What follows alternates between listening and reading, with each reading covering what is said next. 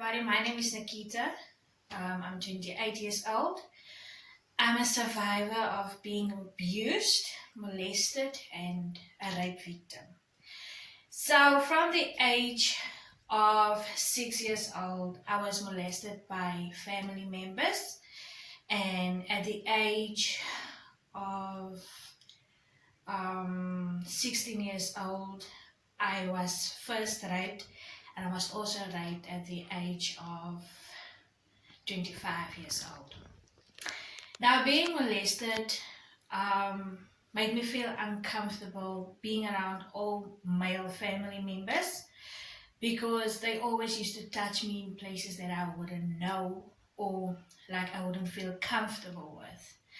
And it happened with people that was like very, very close to me. Being a rape victim has a massive impact on my life because after I've been raped the first time, I just went rebellious and I started using drugs. I started not being myself. I started not caring for my body. I went into depression. I went to cut myself just to feel less pain than being in a normal environment. After my second rape, I drew myself away from the world. I didn't want nothing to do with the world out there. Begin to get scared of the dark. Whenever I see men, I will feel like running or I will have a panic attack. I didn't eat,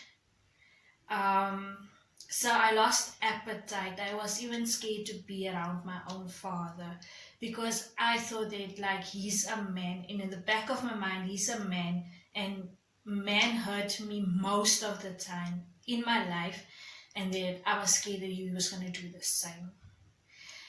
Being in an abusive relationship, in an abusive marriage, that also took away my character as a woman because I felt like I could never satisfy a man. I could never be enough that a man wants me to be.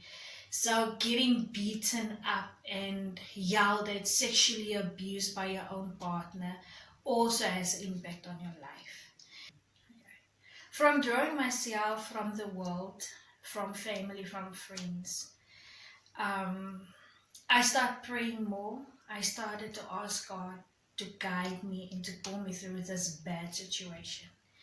In order for you as a person to get out of that lonely corner, you will need the support of your family and your friends. I started opening up to my mother. I started crying. I started expressing how I really felt inside. I started more interacting with my father for me to be comfortable, not trusting men, but to be comfortable around men. After that, I met my ex-husband that was the abuser in our marriage. After he abused me, we also lost our child, that I had a miscarriage from him. I stepped out that marriage and I've also fell into depression, but with the help of family again, I got out of that depression. I'm now in a new relationship with someone that understands me, someone that I can be honest with and that I can connect with. So whenever, I won't say that whatever happened to me in the past don't come up and it doesn't come back. It does, because I still have nightmares. If I watch a movie where someone is getting raped or abused, it still touches me. But being with the right life partner, I think that you can get through and you can pull through.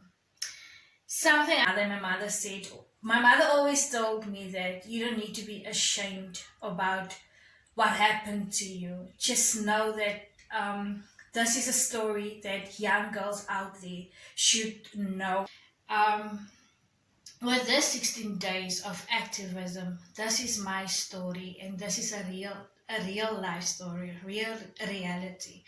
It took me years to open up and to talk about it. And to all the women out there, to all the children out there, remember that it's not always us women and kids that has being abused. Men are also being sexually abused. And I just want to say to everybody, don't be ashamed. Come out. Go to anybody, go to counselors to help you, go to the police and report your cases, because this thing needs to be heard. We can't just sit quiet and be in our own emotional. We need to go out and intervene with people that has been um, in the same situation that you are going through now. Please speak out and please let your story be heard.